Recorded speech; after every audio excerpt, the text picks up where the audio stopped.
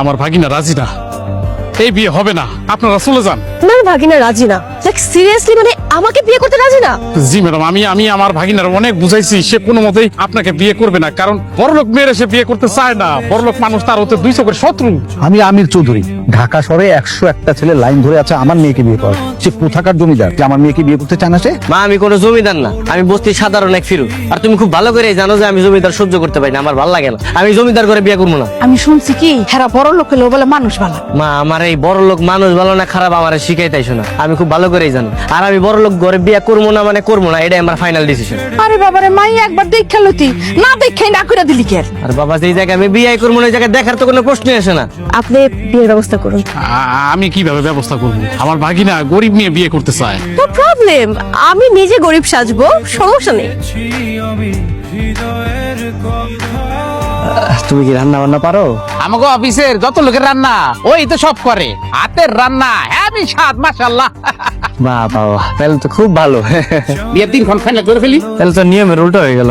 পাত্র পক্ষ পাত্রীপক্ষের বাড়িতে যায় দিনক্ষণ ঠিক করে, এখানে তো উল্টা, এরা আমাদের বাড়িতে আসে। আমরা কাজ করি, আমরা কালকে ও বাড়িতে যাই ওখানে বৈশা সুন্দরভাবে একটা দিনক্ষণ ঠিক করবো না।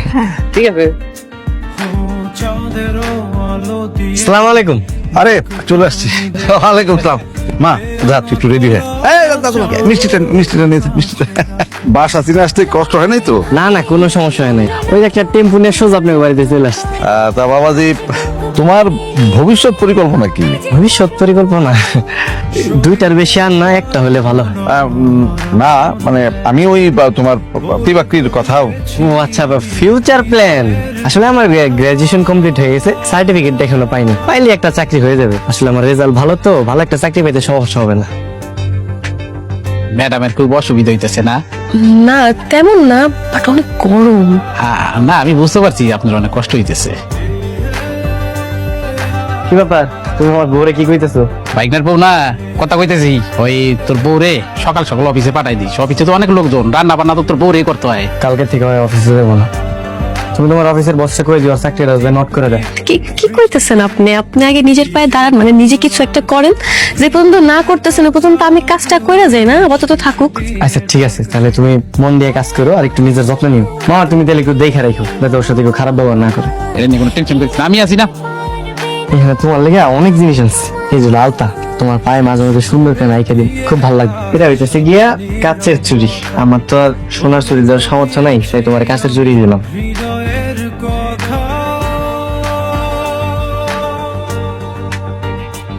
শুনলাম বিয়ে শাদী করছস, এটা কি তোর বউ নাকি?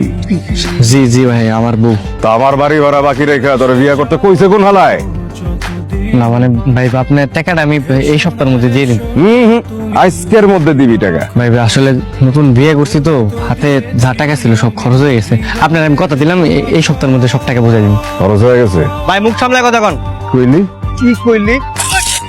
পকেটে নাই টাকা, তুই আমারে কষ্ট চুপ থাকতে রাইতের মধ্যে আমার টাকা দিবি। যদি না দিস সব তীরে লাটকায়া বাড়িতে বাইর করে দিমু। আমি তাহলে কামে গেলাম। হ্যাঁ, দেরি হইতেছে।